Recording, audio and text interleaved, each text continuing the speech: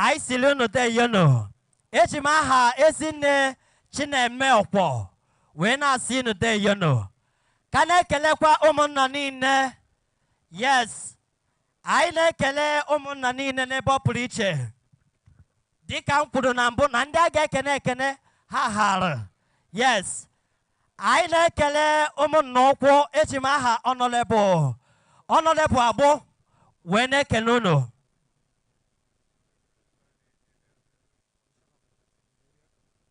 Yes, ladies and gentlemen, announcing the arrival of the area commander. Area commander, you're highly welcome. Ejimaha, the DPO, Okanano Division. We're not singing no. You're highly welcome. That is the area commander. You're welcome, sir. Thank you for coming. Yes, I can nebo preacher. Ejimaha, Engineer Annie Benjamin. Wenekele Omon Nabike. Yes, I see you no. Engineer, that is the chairman, Omon Nabike General Assembly. I see you no there, yo. I wenekele Oma Anona, I see you no. Oma Anona, Ejimafa, Mr. Matuodo. When I see you no. You're highly welcome.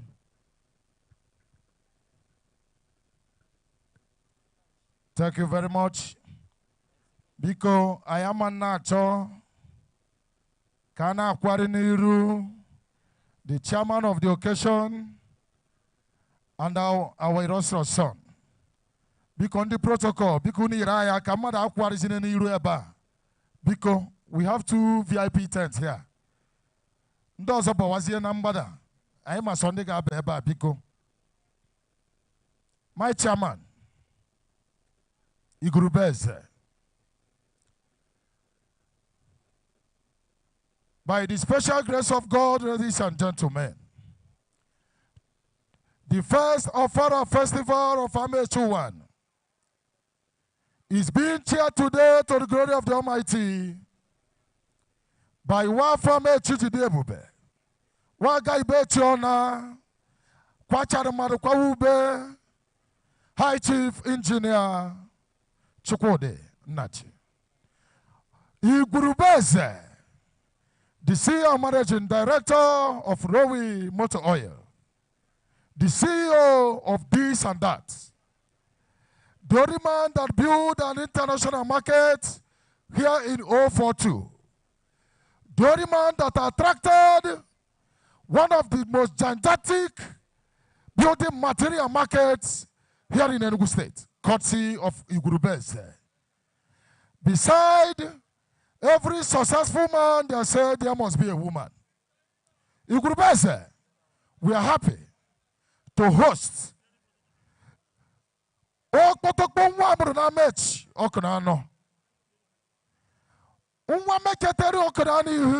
Abuja.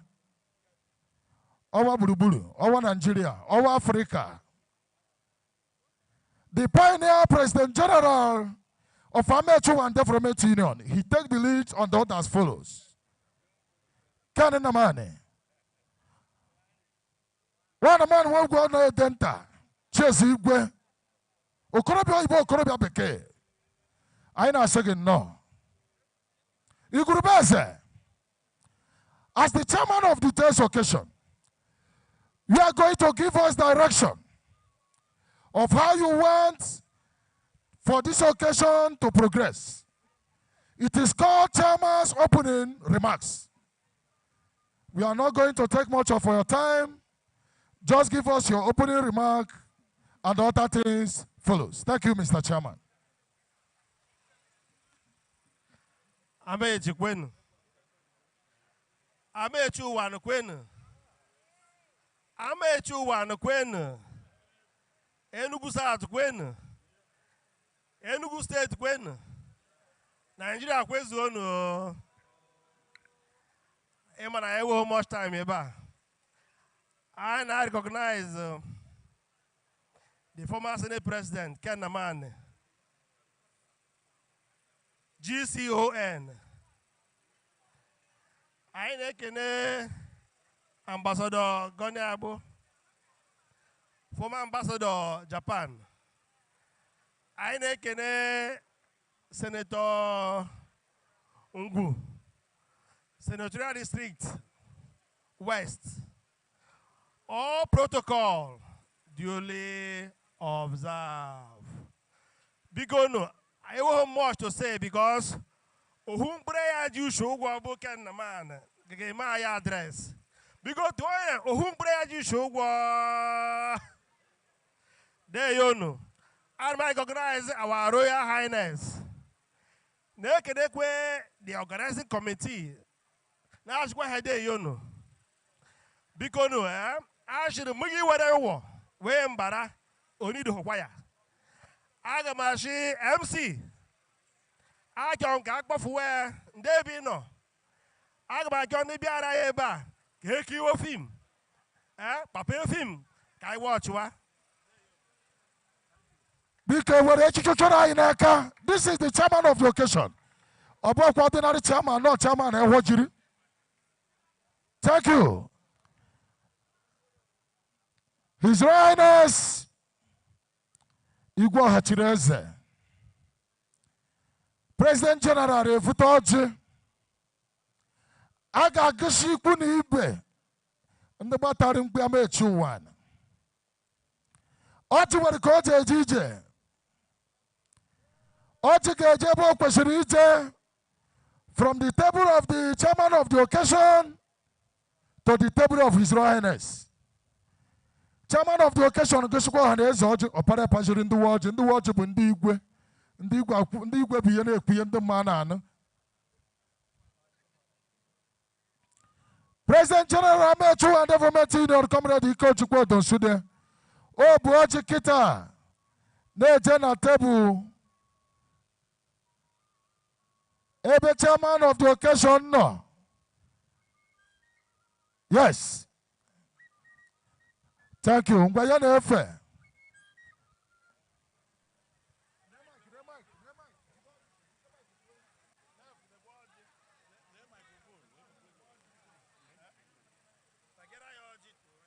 Thank you. The deed has been done. The deed has been done. Igwe chairman is passing it on. Oji tondire kuyende mana and oji biyeje kundema.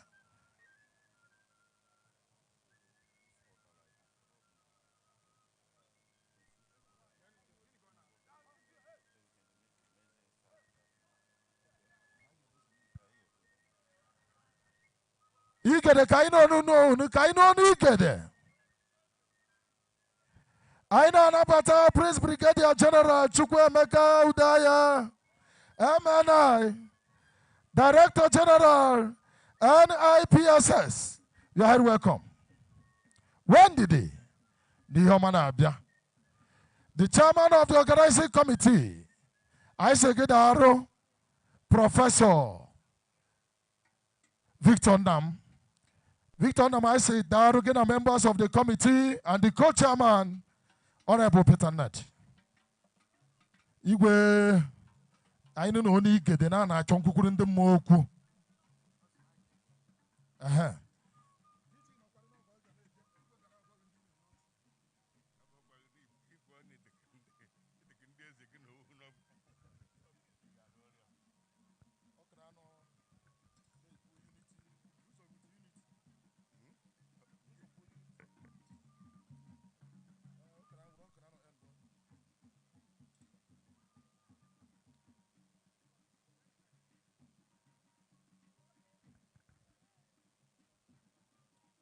Unity.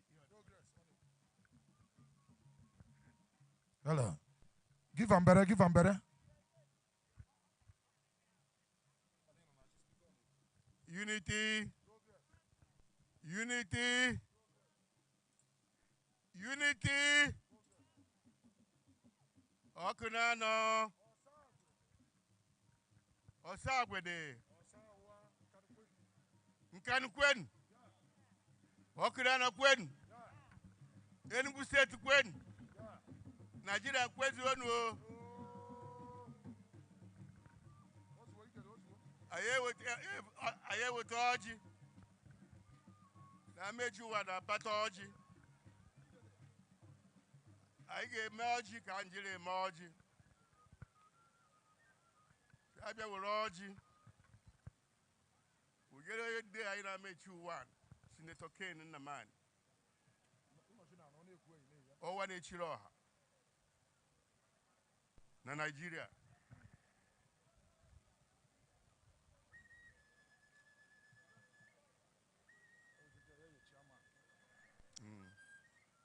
chairman kwa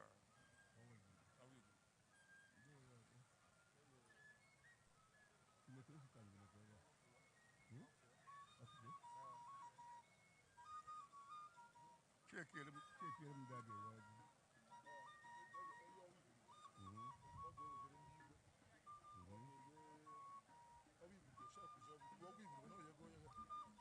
Iwere ọjị ihe Chief Chukwudi Nnaji ọwụ igwurube n'ọkụ na-anọ niile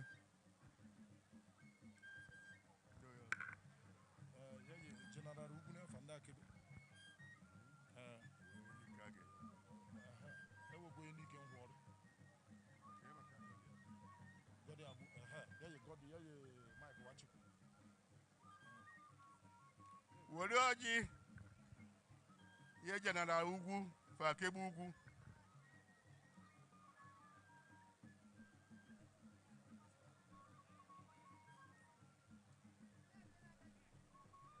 were ọjị ihe Ambassador Godiagbo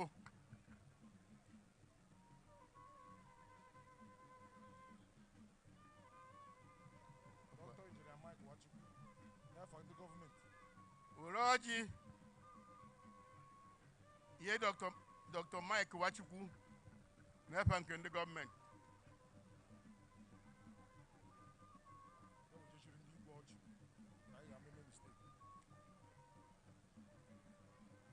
iwegere ndị igwe ọjị enwe na-echitere anyị igwe Enugu steeti niile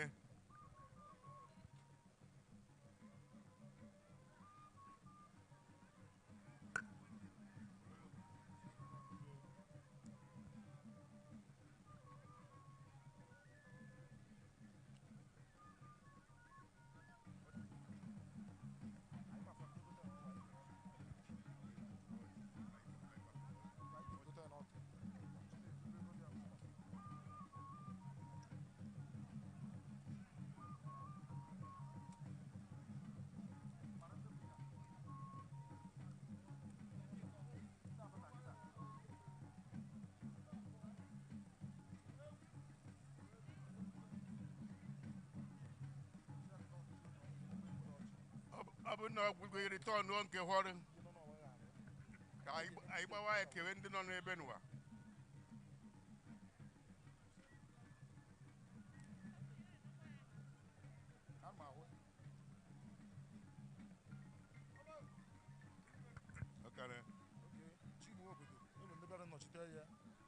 biko lote owe ndị bịa nnọchite ya Senator Jim Nwobodo were ọjị ihe ndị ọm ka e wenere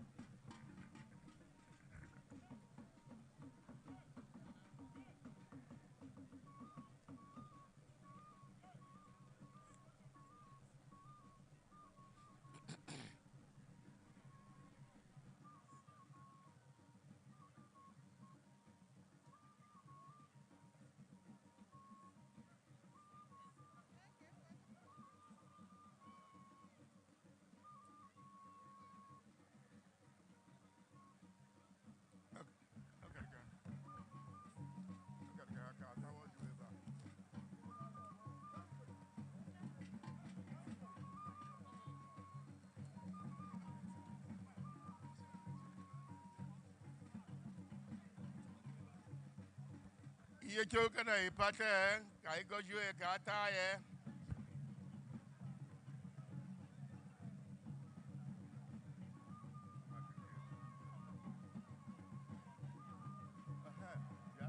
ya were ọjị ihe Justice Nwobodo biko were ọjị ihe Justice Ogbodo and President General Okunano Welfare Association and the Ebu. Ye ha ọjị.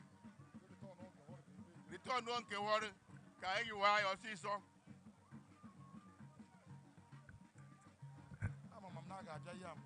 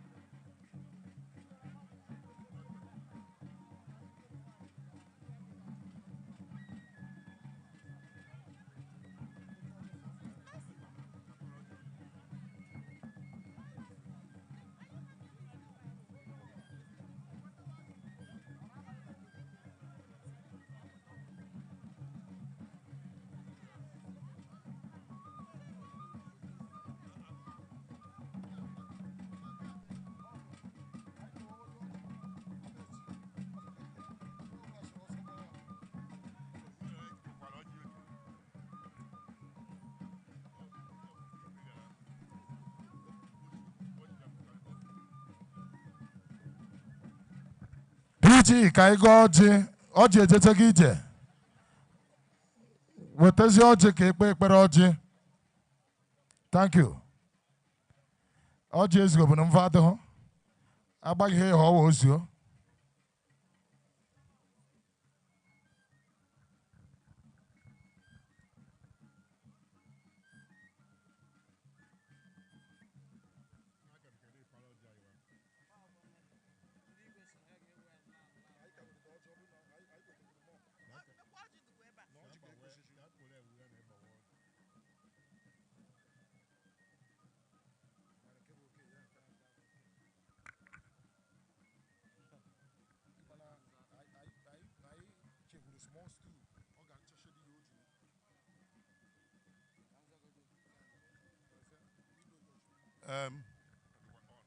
Bịa igede chere ka ikpe ekpere ọjị.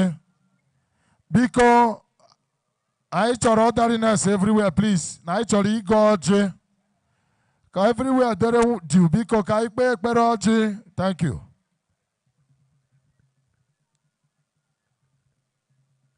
Ka anyị kene obu n'igwe. Anyị na-ekene Chineke. O jidere anyị dị n'ohu n'ohu. Wee dirite anyị n'ọnọkọrọ nke amechi udewo n'ibe anyị na-eme ezumezu.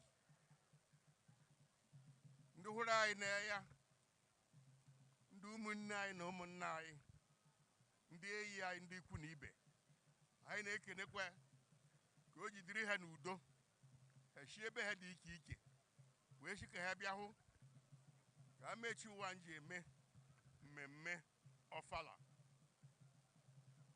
Anyị kelere mgbe ọma ha na-abịa na ezigbo akwụkwọ na-agị ya mgbe ha na-abịa. Anyị aka na ha eji akụkọ. Anyị nwekwara ntụkwasị obi mgbe a ga-ana na akwụkwọ m jiri ha mgbe ha na-abịa ga-ajikwa ha mgbe ha ga-ana ka ha wee narị obe ha n'udo. Oke ndị na-enweghị ike ịbịa taa ejiri ọnụ ha kọọrọ ha na ejekwa ebe amechi udewo na akịdịkwa n'ụkwa. Anyị kere Chineke ka o ji mee ya tata na o mewere ya anyị ọhụma chidịkọrọ chakọcha. Anyị nwekwara ntụkwasị obi na ọ ga na-eme wee gawa mgbe ọ ga-abụ uche. Biko ya bịa goziere anyị ọjị. Anyị takwa ya atata ndụ, tata udo, udo nke anyị n'ohu n'ohu, udo nke amechi 1, amechi udewo, ọkụ na anọ, Enugu South, Enugu State, Nigeria as a whole. Ihe niile ka anyị chee n'ihu nke Chineke. anyị ekwentịkwachi obi na omekwe ya na ọ ga-eme karịa ka anyị jiri rịọ ya awa na oke biko ana okere na-egwe na ama Igbo baa n'aha nke Nna na nke Ọkpara na nke Mmụọ Nsọ. Tona Igwe, thank you very much.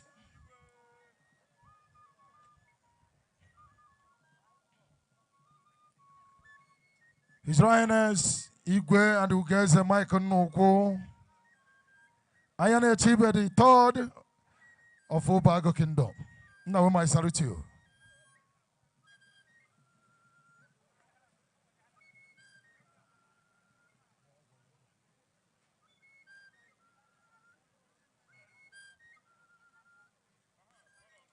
Thank you.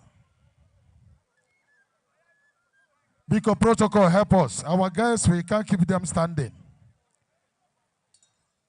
Protocol, Biko, watch as our guest enters this arena, please. Chico, you get the one, Biko, be also Mr. Chairman.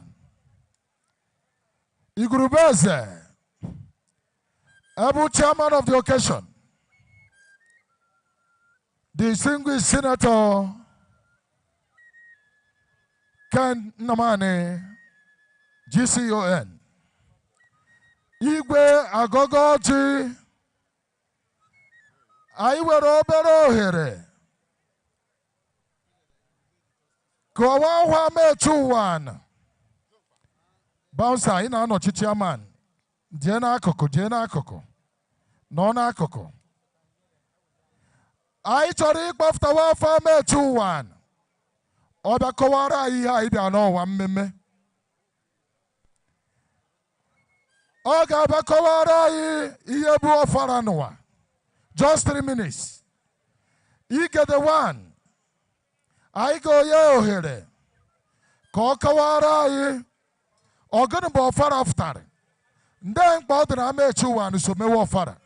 You get the one. Oh, well, you get after already. Here, just 3 minutes. Oshi, open ready, Oshi, and the buy in there. That's a deal, Ramma. You get a Wabianoa. You get a Webenoa. Because then I could choose Adroma. Open the Iduruma, the Bia, or you do Pianorane. You tell me, Gano. Very simple. Because Ndị no abịara ihe na wee kenekwe m unu. Ọ sị na ọ bụ 3 minutes, so efere adịghị nkene enife. Ana m ekene His Royal Highness anyị ji maka ịgbakọta ebe n'ụwa. Ekene Senator Ken Nnamani bụ onye isi na Amechi ụwa. Ekene Chairman of the occasion bụ Igurubeze. Ekene His Excellency Ambassador Godiabo. Ekene His Excellency Senator Chief Jim Ogbodo. Ewe ndị na-represent n'ụwa. Ya sịrị m bịa akọ na ekene PG.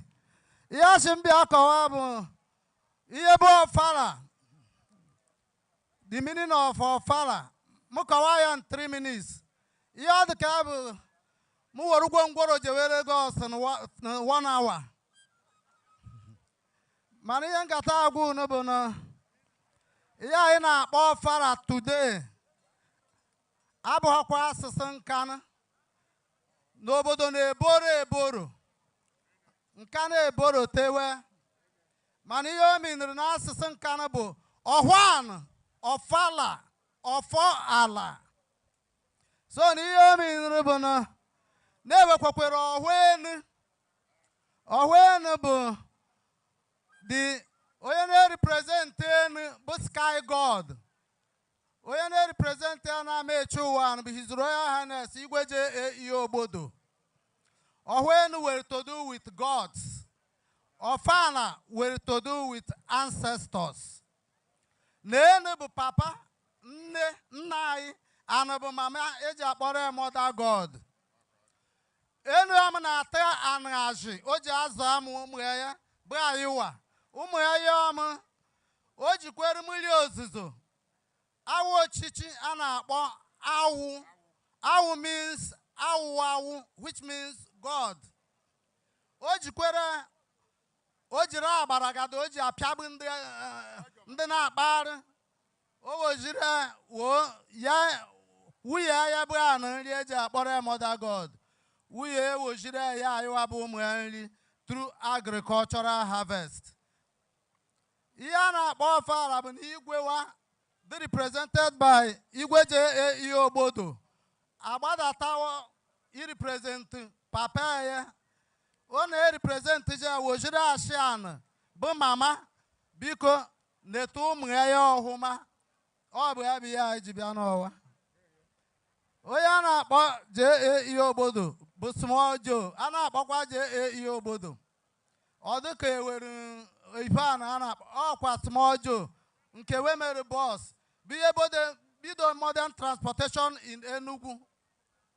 Ihe ọ rụrụ n'ama echi ụwa bụ ihe eji ya igwe. Ọ nọkọtaghị ya igwe.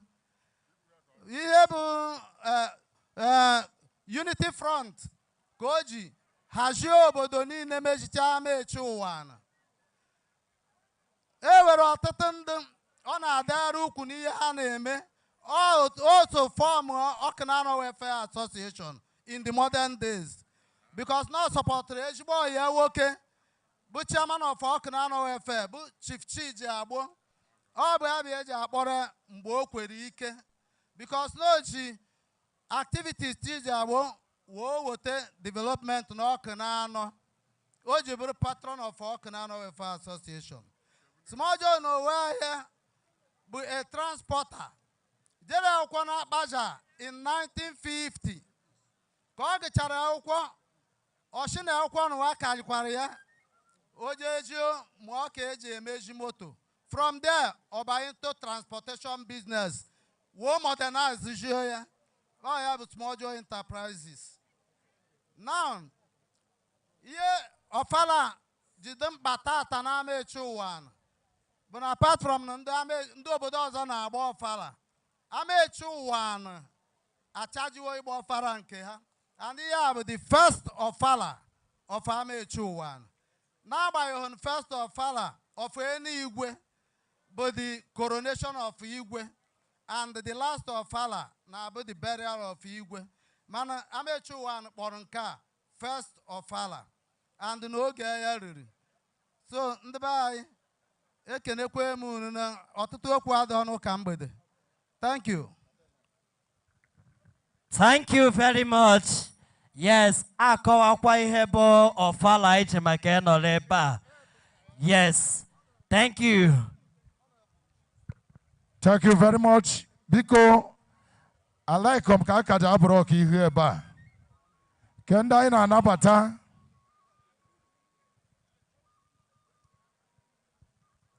Chief Imoke nwa, I say again no. Honorable Irabuchane Ago, I na say again no. Honorable Kenoke nwa, Ochendo Global, I na say again a lot again no. Biko protocol, biko Wendy, and Mechi, on the by Jerry Sheriff VIP, biko Riyaka, and the Biarba man quarter. And the Biarba man quarter bikono. Uni Yarina Ayaka. Because can we can have a chairman of the occasion, please? Can we can have contact with the chairman of the occasion? Bikono. Mr. Chairman, Igwe no. Igwe line so careful. Iyaina bana kitabu ne werende baye. And I met one. She never in the bag can news of reach. On the barumbo. Mahabunda mechi, Mando Yamechi. Naga Kene Yayana Bo award of recognition. Yabunari Kenepe, Oyapia Juba. O week at the Chatish was. Oyabuna Kriwarian me. Yabo. Under na chikotambe men one igwe and the cabinet. họpụtara ndị dị otu a si na ga-ekene ha n'ụzọ pụrụ iche. Ndị a gụnyere distinguished senator Jim Ogbodo. Ndị Abia Ekpecheru, Abia Cheru, don't break that protocol, please. Yes, Biko. Distinguished Senator Jim Ogbodo Orutewuro Manosendi Ndiga Nataria this award. Akata Isegino, High Chief Paul Ebo. Ezakata, former President, Okonano Welfare Association, Lagos Branch. You are welcome. Oye Kibu His Excellency, Ambassador Godi Abo. Oye Kitagieru, Right Honorable Prince of Fort Chukwebo. Oye Kino Gieru, High Chief Chukwudi Nnaji Igurubeze. Oye Kino Gieru, Right Honorable Pharmacist Nnori Nnaji. Oye Kozo Gieru, Chief Sir Chiaka Oha. Let me welcome the Executive Chairman, Enugu South Local Government, Honorable Dr. Caleb Oyemani, Oratiogwu, Enugu South. Mayor, you are welcome. Caleb Oyemani, you are highly welcome.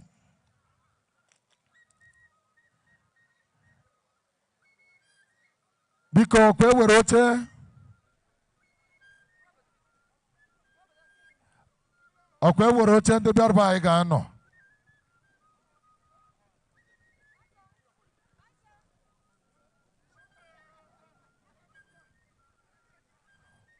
Honorable Obinna Narume.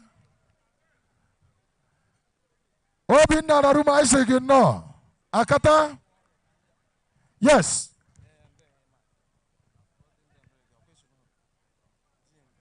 Oye Kozo Gieru, General Sunday Ugu. Oye Kozo Gieru, Professor Chidebere Oya, SIG, Tenugu State Government. Oye Kozo Gieru Odioyi, Chief Mrs. Joy Abo.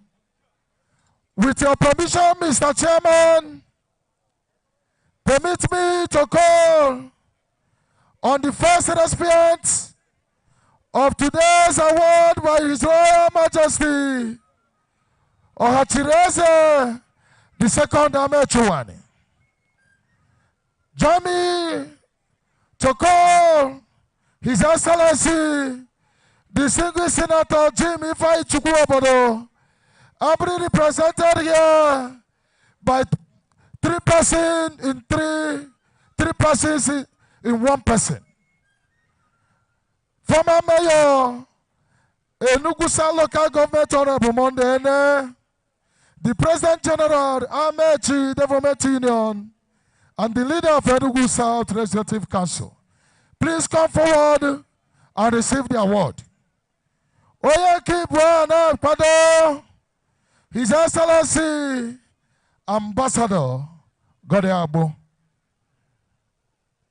former Chairman, Superb, former Chairman, Enugu South Local Government, former member, Federal House of Representatives, and the former Ambassador. His Excellency, Ambassador Godiabo, Bikoneso, Jim Ogbodo Nazu, Ozugbo, as they mount the podium, I am aware any other protocol. And what you are a preacher, because it is an award. Because all the media, because everybody talk on now, but at the podium, please. Because candidate represent the distinguished senator. Okay, Monday, go to the podium and receive the award. Ambassador Godiabo Yanaloria, Biko also go to the podium.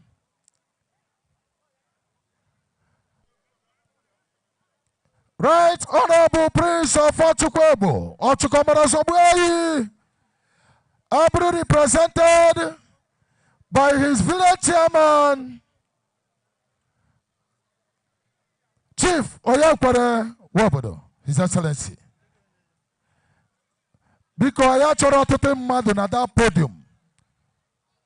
Anyị were ndị anyị kpọrọ ga-agbakọta na that podium. What is happening there?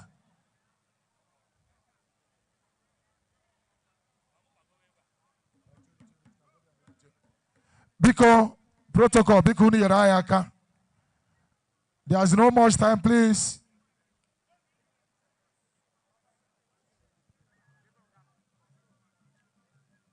Wow. That is Honorable Princess Obiajurugu, Honorable Member of Enugu State House of Assembly, Deputy Chief Whip of Enugu State House of Assembly. Honorable Princess, I salute you. Because I actually do protocol and we will not go. Because PG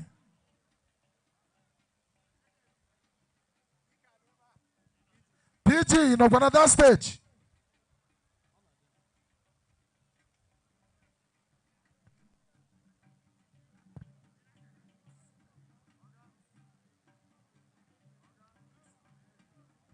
Once it's 5 p.m., I get welcome out masquerade. Because I am a Igwe mic, time Amande, because I tell you, we go one after the other, will not go from here. Hey, Igwe mic, please.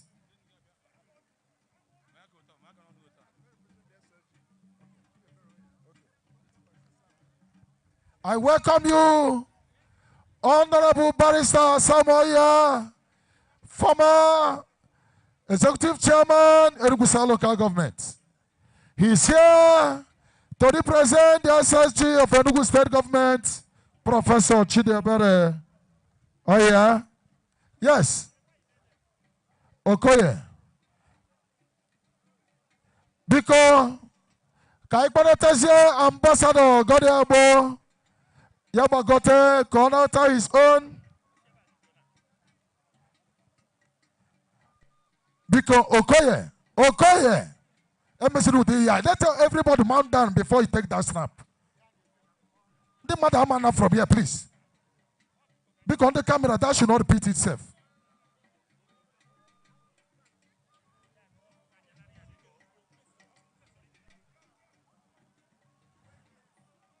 Because, princess, because you are a VIP, because.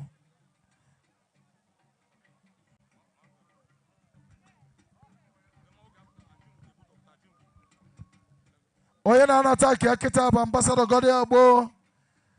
Oye gesi akitabo Right Honorable Prince of Ochukwebo.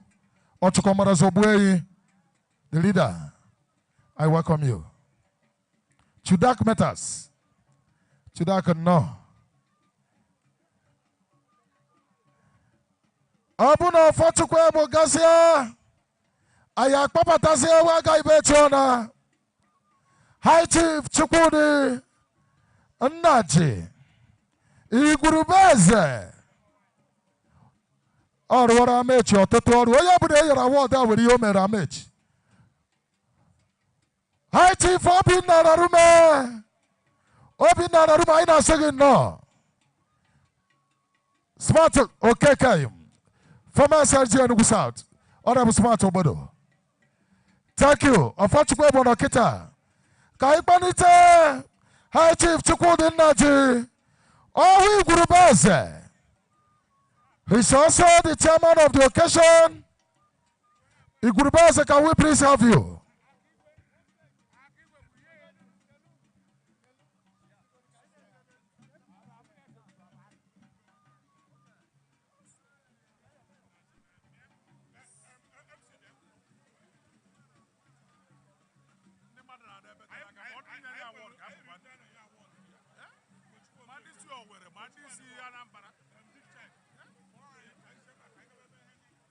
Prince Uche Ogbodo, biko bịa nso.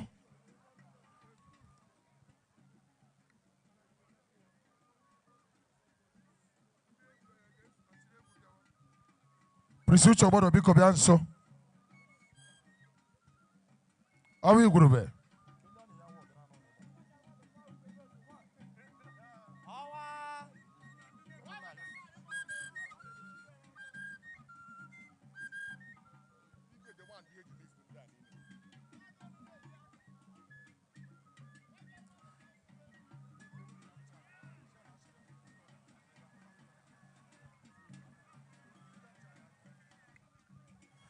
Awi igurube na jakita.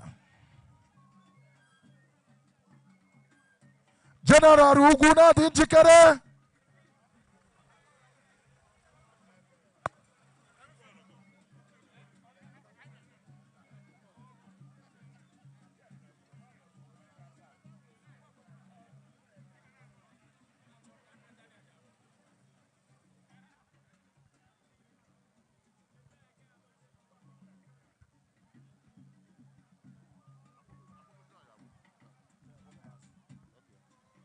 General ugwu ọ bụrụ na igwurube eze rituo ya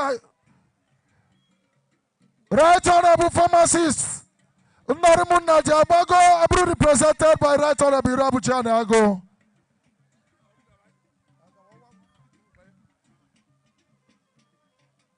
That is His Excellency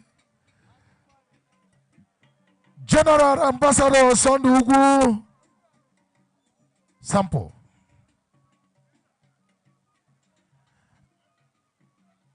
I can see there.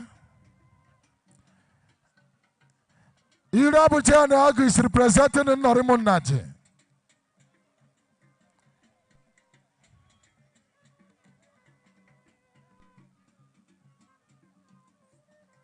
Irabuchi Aniago is representing Nnorimunna ji. Professor Chidebere Oya igwurube eze okorobịa adịkarị okorobịa oyibo okorobịa bekee okoro amụrụ n'aka okoro dị mgbe ihe ọma mgbe ọ jere elekere ihe dị okoro n'aka agaiba sagawa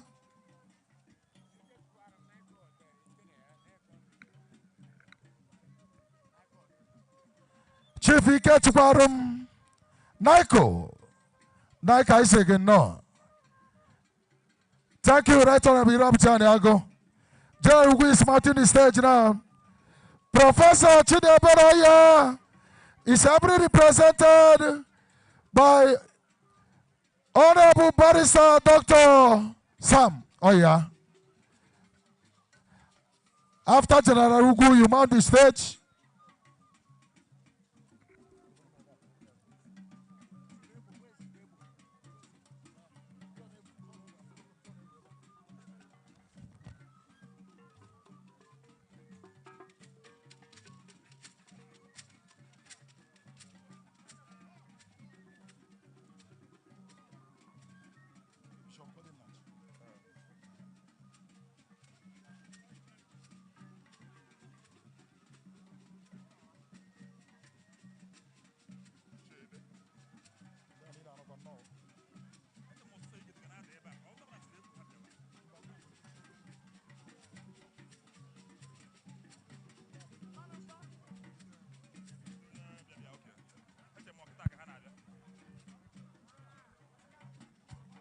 Thank you, General Ugwu.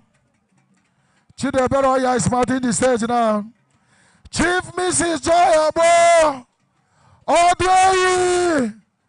Odueyi gara kwesịrị agbara ndị mmadụ akwa ga n'iru nwanyị na-enye nwoke ahụ bịawa nwunye ndị ama etu ọkụ na anọ Bishop Godwin Naji na-adị njikere.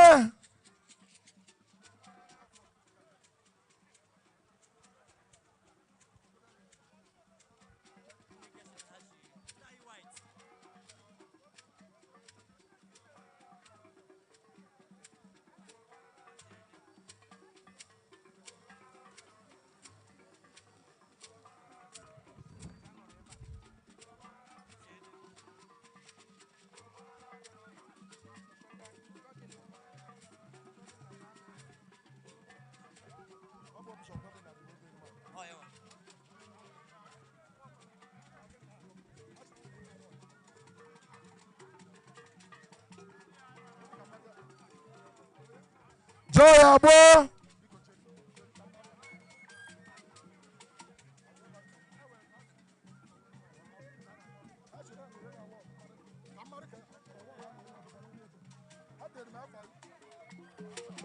Odway.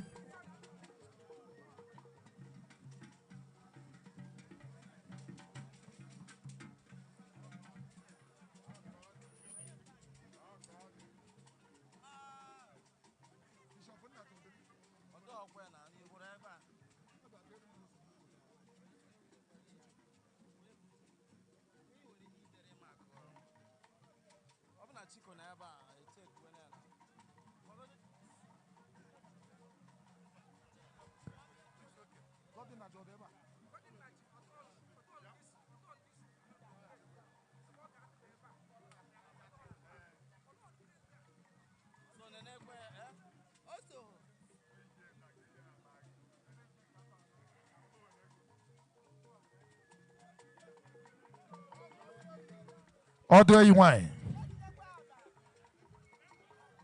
Right Honorable Dr. Emeko Jam. Okay, one more na Kabugu.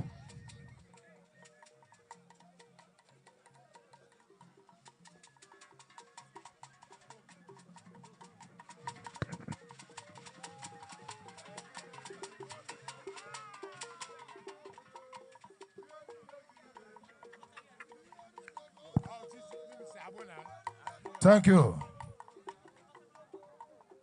DPM.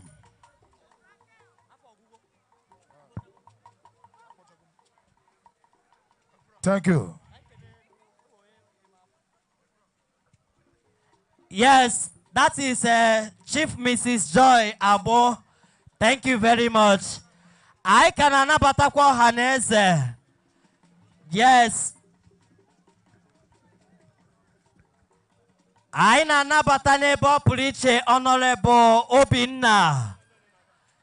Honorable Obinna Onanume. You are highly welcome. Ebe ọ bụla ị nọ. I should again know. Honorable Obinna. Ladies and gentlemen, I na-anabata n'ebe ọ pụrụ iche the former director, Central Bank of Nigeria. That is my own madam, Mrs. Dem Oyibago. That is the former director, CBN. I say again, no. Yes, that is on Chief Mrs. Joy Abo. Hey, Chief Mrs. Joy Abo Orukwere. Goriwe. Thank you, Odway.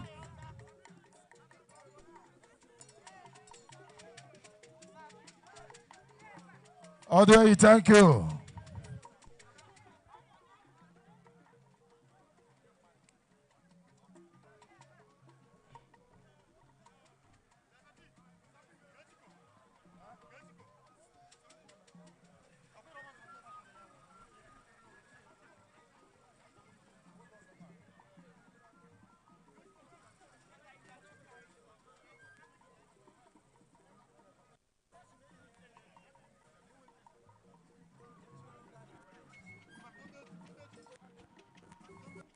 Yeah.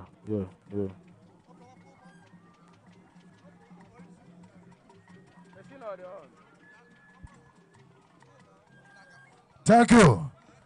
Because Unduru Torode Konu Norane. Jawasian no Chabikono. Naya Kake America. Jawadu no Chania Kake Maburibu. Yeah.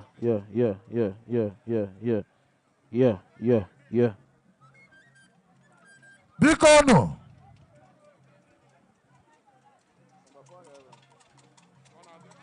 Kicks. Yeah.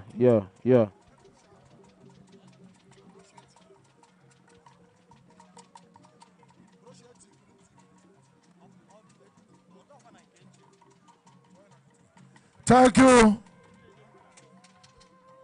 No, Ghana, thank you.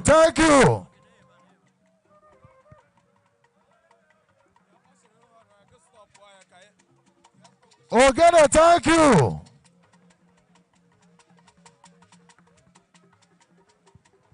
Ugwek.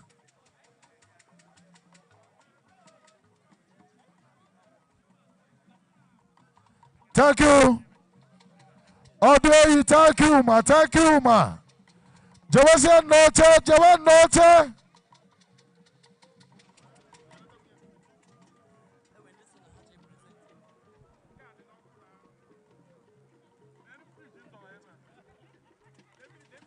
Thank you. Biko, let's continue with our program, please. Let's continue with our program. Biko, no.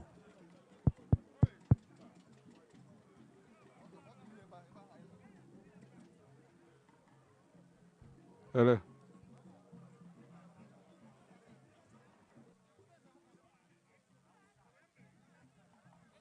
Thank you.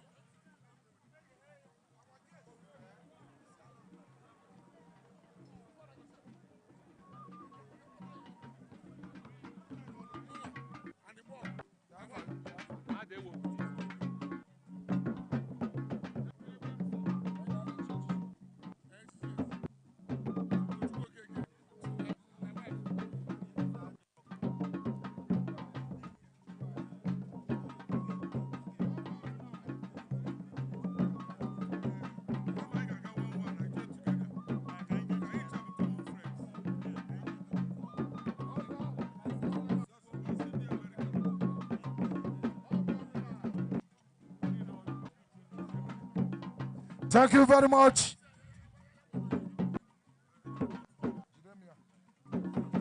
Thank you. Let's continue, please. Mr. Chairman, we are done with the presentation of award of recognition. Because security, let that organ stop now. Get security.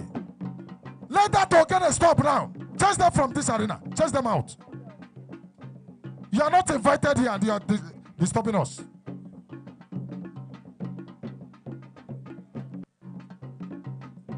Mr. Chairman, permit me, Mr. Chairman, to call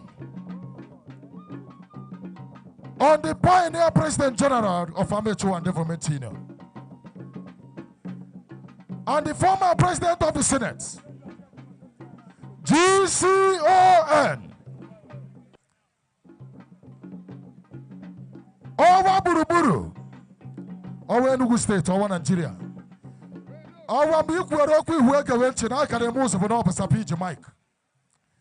When you get to speak, our people will pay attention to listen. Your Excellency, here is very simple. You can buy Makame Chuan. You can end the buy. Then they can award there. You sorry, I will borrow you. What you big as but to whom much is given, much is expected. Thank you, Your Excellency.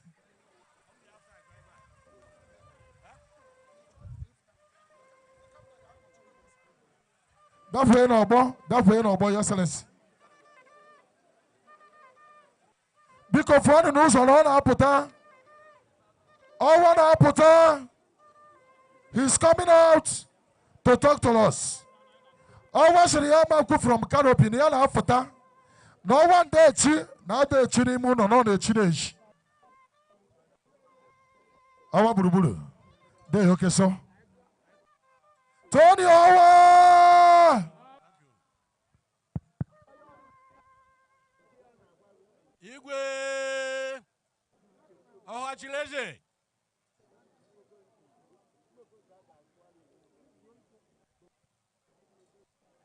The planning committee, headed by Professor Nam, the president of Amateur Town Development Union.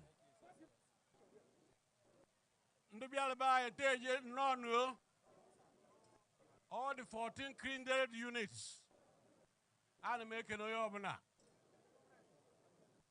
Kunu chakwa Christmas unwe makejeli. Unumela homa I negotiated man na Igwe was not won on contest. It was a unanimous decision of Ndamechu one. He was the Igwe. So ewo hoye na ezo shitire. Azo Igwe ba azo. And in Libya now all the 14 kindred units are fully represented. Our good friends this year by Kuruka Abuba, Ayana Hesoku, Igwe and his cabinet, they're supported by the 14 kindred units. I have any discrimination. We work as a team. We work as Omona. So, Udo Dubai and Tunuchu by now.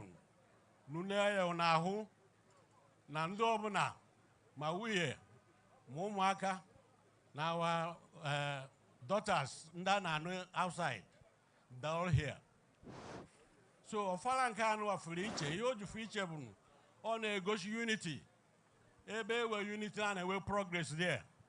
I were many rising stars from Amateur One. The chairman of today's occasion, we call him Igurube One, Igurubeoha. Many of our people who are working very hard, and Abambo, Akwel Madogu, Hukanda Tukuchel, that's very strong families. On the show, Nanduba Mayanaga, Nejukolo Ohera Nasho Yobna. I wish you prosperous and successful 2026. So I will masquerades our cultural heritage. We would like to display part of it to entertain our visitors and entertain our sons and daughters who return from overseas. So, Anamekenunu, Udumela Homa Ftanudo, Ftanigwe, can keep going up. One amateur one and unity behind the Kukwe. Thank you for your listening. Let us continue. Thank you. The MC.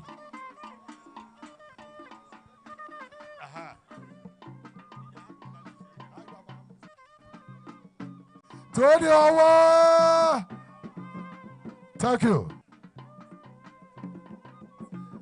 Let me welcome High Excellency Ambassador of Fidelia Kabatan Jose.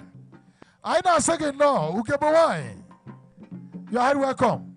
She's also a member of working committee, Enugu State APC Executive. You are welcome. Mr. Chairman, I now pursue Subos Chieftaincy title. I gave it to Chichi, Madonna 5 p.m. Mawayaba, Maubacha, I continue with the Chichi. Or the permitted, Mr. Chairman. I gave it to Chichi. Once it's 5 o'clock, we stop. I have a masquerade display. Habata, Ayabido, ladies and gentlemen. Sir Chris, Abo, I recognize you.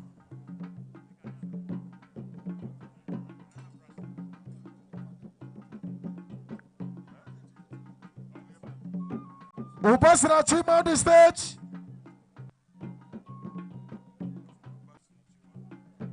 Upasina Chiwan.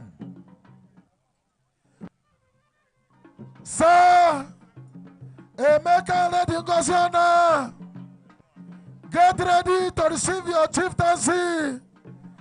To the glory of God, I get here. Ezaki Beyane Enugu State. Kabu Enugu State.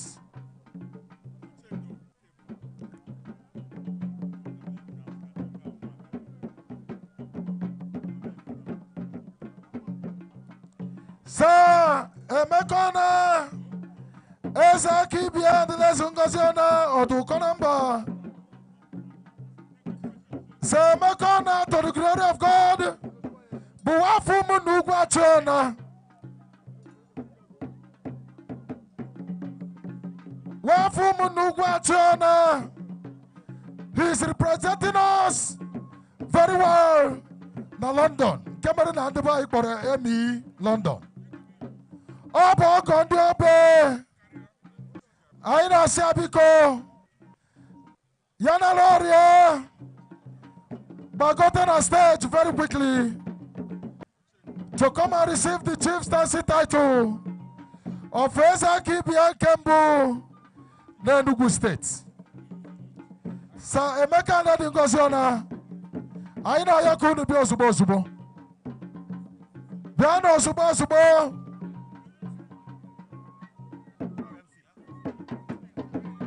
Prince Anarume, Obi Nanarume Arma Segedaro. You are welcome.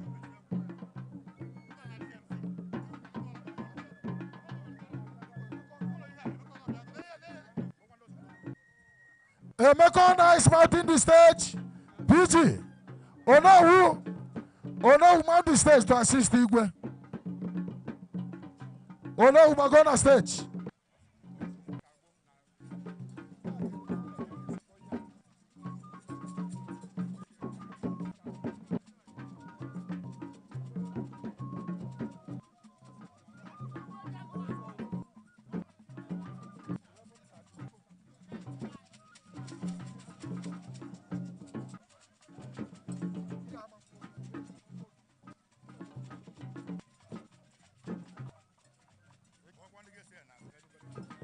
Bikona Bago, Chief Francis Onabo, Omakania, give me that mic, give me this mic, please.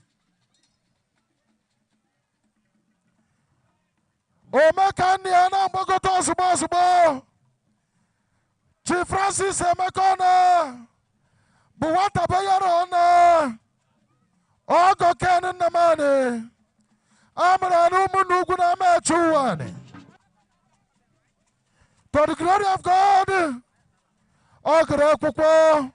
where bachelor degree, Bachelor of Science degree in Food, Science and Technology from the University of Minnesota, Minneapolis, Minnesota.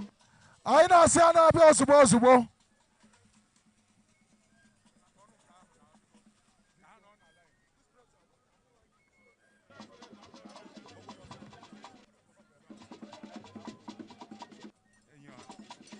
Eyo na pugo. Asegin no. Chief Francis Onabo. Omekani Onabi Osubo. Biko Onabia. Esedi Aramane Nugu. Chief John Namani. The CEO and Managing Director of Johnny's Food Travels. Johnny's Food Walker Wamru Nobago Krano.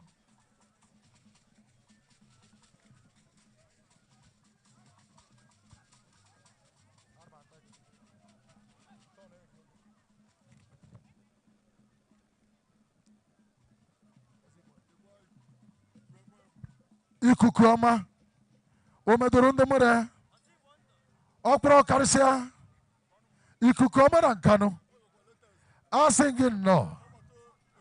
Okpato yetibe. Ina atwawo kima atwawa ime. Okemwa kugo jide ebube. Ezu umo okorobia. Ikukuama asingin no. Chukwu gozie gị ezigbo mmadụ. Osi gị ruru m aka osi igbo ndụ iyere onye m. Chukwu gozie gị ikuku ọma. Thank you, sir.